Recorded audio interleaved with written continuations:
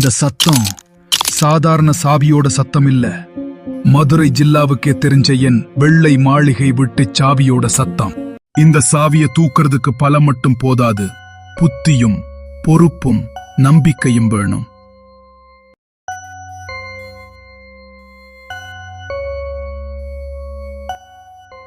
ஒருத்தி நான் கொடுத்த நெல்லை தூக்கி காக்கைக்கே போட்டுட்டா. இன்னொருத்தி சாமி முன்னாடி வச்சு வண்டுக்கு தீனியா மாத்திட்டா. ஆனா மூணாவது மருமக ஒரு பிடி நெல்ல ஒரு வண்டி நல்லா மாத்திட்டா. அது எப்படி நடந்துச்சுன்னு தெரிஞ்சுக்கணுமா? அப்போ இந்த கதைய முழுசா பாருங்க. இதுதான் ஊர்லயே பெரிய செல்வந்தரான பசுபதி ஐயாவோட மாளிகை. வசதிக்கும் விருந்தோம்பலுக்கும் அந்த ஊர்ல ஒரு அடையாளமா நின்ன வீடு. இதோ போன்ல பேசிட்டே வராளே, இவதான் இந்த வீட்டோட மூத்த மருமக சாரதா. மீனாட்சி, காஃபி எங்க? நான் கீழே வந்து 2 நிமிஷம் ஆயிடுச்சு.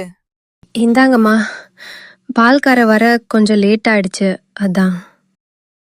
இது என்ன, காப்பியா இல்ல சுடு தண்ணியா? கொஞ்சமாச்சு ஸ்ட்ராங்கா போட தெரியாதா உனக்கு? மன்னிச்சிருங்கம்மா, வேற போட்டு தரேன். அத முதலையே பண்ணிருக்கணும். எல்லாத்தையும் நானே சொல்லணுமா? இவதான் இந்த வீட்டோட கடைசி மருமக செல்வி. அக்கா, உங்களுக்கு ஏதாவது வேணும்னா என்கிட்ட சொல்லுங்க, நான் செஞ்சு தரேன். அதெல்லாம் வேணாம். என் வேலைய நானே பாத்துக்குவேன். நீ போய் மத்த வேலைய பாரு. இந்த வீட்ல ஒரு நாளாவது நிம்மதியா சாமி கும்பிட முடியுதா? இந்த சாரதா அக்கா காலையில எந்திரிச்ச உடனே வேலை வாங்க ஆரம்பிச்சிடுவாங்க. என்னதான் அவசரமோ எனக்கே புரியல. இவதான் இந்த வீட்டோட 2வது மருமக லட்சுமி. எப்ப பார்த்தாலும் சாமி கும்பிட்டுக்கிட்டே இருப்பா. இவருதான் மூத்த மகன் முருதன். அப்பாவோட தொழில்ல கை கொடுத்து குடும்பத்தையும் பாத்துக்கிட்டு இருக்காரு. அண்ணே, 1 கிலோ சர்க்கரை, 2 பாக்கெட் டீ தூள் கொடுங்க. சரிம்மா, வேற ஏதாவது வேணுமா? வேற எதுவும் வேணாம், அப்புறமா வந்து வாங்கிக்கிறேன். இத கணக்குல எழுதிக்கோ. அதுக்கு என்னக்கா, எடுத்துட்டு போங்க. வசதிப்படும்போது கொடுத்தா போதும். இவர்தான் 2வது மகன் குமார். வயலு தோப்புன்னு எப்பவும் வேலைனே இருப்பாரு. ஏன்பா குமாரு, வீட்டுக்கு போய் சாப்பிட்டுட்டு வந்து வேலைய பாக்கலாம்ல? இப்படியே வெயில்ல கிடந்து வேலை பாக்குறியே. இது ஒண்ணு, இந்த ஒரு வரப்ப முடிச்சிட்டு வந்துடுறேன். இவர்தான் கடைசி மகன் செல்வம். வீட்டுக்கு சொந்தமான ரைஸ் மில்ல பாத்துக்கிட்டு இருக்காரு. அண்ணே, இந்த நெல்லையெல்லாம் எடை போட்டுட்டு உள்ள அனுப்புங்க. மாலைக்குள்ள அரைச்சி ரெடி பண்ணிடலாம். இந்த மூட்டையெல்லாம் லாரியில ஏத்துங்க, மதுரைக்கு போறதுக்கு நேரமாச்சு. சரிங்க சின்னையா, ஆளுங்களை கூப்பிட்டு இப்பவே ஏத்த ஆரம்பிச்சிடுறோம். அன்னைக்கு மதியம் ஊர் பஞ்சாயத்து திண்ணையில பண்ணையார் பசுபதி ஐயாவும் அந்த ஊரோட போஸ்ட் மாஸ்டரும் ஊர் விஷயங்களை பேசிக்கிட்டு இருந்தாங்க. என்ன பசுபதி, இந்த வருஷம் விவசாயம் நல்லா கை கொடுத்திருக்கு போல. ஆமாம்பா, ஆண்டவன் புண்ணியத்துல மழையும் நேரத்துக்கு பேஞ்சிச்சு. அதான் மகசூலும் நல்லா வந்திருக்கு. என்ன பசுபதி, உன் வீட்டு பொறுப்ப யாருக்கிட்ட ஒப்படைக்க போற? உனக்கும் வயசு ஆகிக்கிட்டே போகுதுல்ல. யோசிச்சுட்டே இருக்கேன்பா, ஆனா அவசரப்பட்டு முடிவெடுக்க மாட்டேன். என் வீட்டை பாத்துக்கிறவளுக்கு பொறுப்பும் புத்தியும் உழைப்பும் இருக்கணும். அதான் 3 மருமகளுக்கும் ஒரு சின்ன சோதனை வைக்க போறேன். அன்னைக்கு பஞ்சாயத்து திண்ணையில போஸ்ட் மாஸ்டர் சொன்ன வார்த்தை பசுபதி ஐயா மனசுலயே ஓடிக்கிட்டு இருந்துச்சு. அந்த ராத்திரி அத பத்தி தன்னோட மனைவி கமலா கிட்ட பேச ஆரம்பிச்சாரு. என்னங்க, என்னமோ யோசனையாவே இருக்கீங்க. என்ன விஷயம்? இன்னைக்கு பஞ்சாயத்து திண்ணையில போஸ்ட் மாஸ்டர் ஒரு விஷயம் கேட்டாரு. என்ன கேட்டாரு? இந்த வீட்டோட பொறுப்பை யாருக்கிட்ட ஒப்படைக்க போறேன்னு போஸ்ட் மாஸ்டர் கேட்டாரு. அதான் யோசிச்சுட்டு இருக்கேன். என்ன பண்ண போறீங்க? 3 பேருக்கும் ஒரு சின்ன சோதனை வைக்க போறேன். அதுலயே யார் இந்த வீட்டை நடத்த தகுதியானவன்னு தெரிஞ்சிடும். அப்படியா? சரிங்க, நீங்க எது பண்ணாலும் யோசிச்சுதான் பண்ணுவீங்க.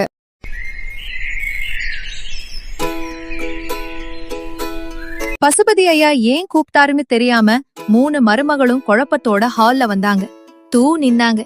இங்க பாருங்கத்தா, நம்ம குடும்பம் இந்த ஊர்லயே பேரும் பெருமையும் வாங்கின குடும்பம். நாளைக்கு இந்த வீட்டை பாத்துக்க போறது யாருன்னு தெரிஞ்சுக்க வேண்டிய நேரம் வந்துருச்சு. அதனாலதான் உங்க 3 பேரையும் கூப்பிட்டேன். இந்த பையில ஆளுக்கு ஒரு பைய எடுத்துக்கோங்க. பசுபதி ஐயா சொன்ன மாதிரியே 3 மருமகளும் ஆளுக்கு ஒரு பைய எடுத்துக்கிட்டாங்க. மாமா, இதுக்குள்ள என்ன வச்சிருக்கீங்க? பிரிச்சு பாருமா, தெரியும். அட, நெல்லா? இந்த நெல்ல 1 வருஷம் பத்திரமா வச்சுக்கணும். சரியா 1 வருஷம் கழிச்சு நான் கேக்கும்போது நான் கொடுத்த அதே நெல்ல என்கிட்ட திருப்பி கொடுக்கணும். அப்பத்தான் யாரு இந்த வீட்டுக்கு தகுதியானவங்கன்னு எனக்கு தெரியும். சரி மாமா, பார்த்துக்கலாம். சரிங்க மாமா, பத்திரமா வச்சுக்கிறேன். சரி மாமா, நீங்க சொன்ன மாதிரியே செய்றேன். பைய எடுத்துக்கிட்டு சாரதா தன்னோட ரூமுக்கு போனா. அங்க அவளோட புருஷன் முருதன் இருந்தான். என்ன சாரதா, அப்பா எதுக்காக 3 பேரையும் கூப்பிட்டாரு? இந்த வயசான காலத்துல மாமாவுக்கு என்னமோ ஆகி போச்சு. ஒரு பிடி நெல்ல 1 வருஷமா வச்சிருக்கணுமா? இத வச்சுட்டு எலிக்கும் எறும்புக்கும் தான் நான் காவல் காக்கணும். என்னமோ சாரதா, அப்பா சும்மா இதை செய்யலன்னு தான் எனக்கு தோணுது. அவர் சொன்ன மாதிரியே பத்திரமா வச்சிரு, அதுதான் நல்லது. அட போங்க, ஒரு பிடி நெல்லுக்காக இவ்வளவு யோசிக்கணுமா? வீட்டுல யாரும் இல்லாத நேரமா பார்த்து சாரதா அந்த நெல்லுப்பைய எடுத்துக்கிட்டு வீட்டுக்கு பின்பக்கமா போனா. இந்த ஒரு பை நெல்ல வச்சு என்ன கோட்டையா கட்ட போறோம்? பேசாம கோழிக்கு போட்டுடலாம். மாமா 1 வருஷம் கழிச்சு கேக்கும்போது குடோன்ல இருந்து ஒரு பை நெல்லை எடுத்து கொடுத்துடலாம். அவருக்கு என்ன தெரிய போகுது? அடுத்த நிமிஷமே சாரதா கையில இருந்த நெல்லையெல்லாம் அங்க சுத்திக்கிட்டு இருந்த கோழிக்கும் சேவலுக்கும் போட்டுட்டா. லக்ஷ்மி என்ன பண்ணுனா தெரியுமா? அந்த பையன் நேரா சாமி ரூமுக்கு கொண்டு போய் சாமி முன்னாடி பத்திரமா வச்சா. தாயே, இந்த நெல்லை எங்க மாமனார் நம்பி கொடுத்தாரு. இனிமே இது ஓம் பொறுப்பு தான். நீயே பத்திரமா பாத்துக்கணும். ஒருத்தி வீணாக்கிட்டா, இன்னொருத்தி நம்பிக்கையில விட்டுட்டா. ஆனா கடைசி மருமகள் செல்வி எடுத்த முடிவு எல்லாரையும் ஆச்சரியப்படுத்த போகுது. வாங்க என்ன பண்றான்னு பாப்போம். என்னம்மா செல்வி, இந்த பக்கம் வந்திருக்க? ஐயா ஏதாவது வேலை சொன்னாரா? ஆமாண்ணே, மாமா ஒரு பிடி நெல்லு கொடுத்தாரு. இத விதைக்கணும்னு வந்தேன். சரிம்மா, நல்ல யோசனை.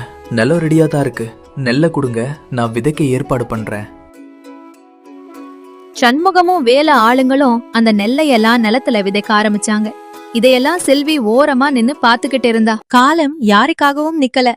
நாட்கள் ஓடுச்சு, வாரங்கள் மாசங்களா மாறுச்சு. செல்வி உழைச்ச அந்த ஒரு பிடி நெல்லு இப்போ பொண்ணு மாதிரி கதிர் விட்டு குலுங்க ஆரம்பிச்சுச்சு. இப்படியே 1 வருஷமும் ஓடி போச்சு. எல்லாரும் எதிர்பார்த்த அந்த நாளும் வந்துருச்சு. பசுபதி ஐயா 3 மருமகள்களையும் மறுபடியும் ஹாலுக்கு வர சொன்னாரு. இன்னைக்கு யார் இந்த வீட்டு பொறுப்பை ஏத்திக்க தகுதியானவன்னு தெரிஞ்சுக்க போறோம். அதனால ஒவ்வொருத்தரும் நான் கொடுத்த நெல்லை எடுத்துட்டு வாங்க.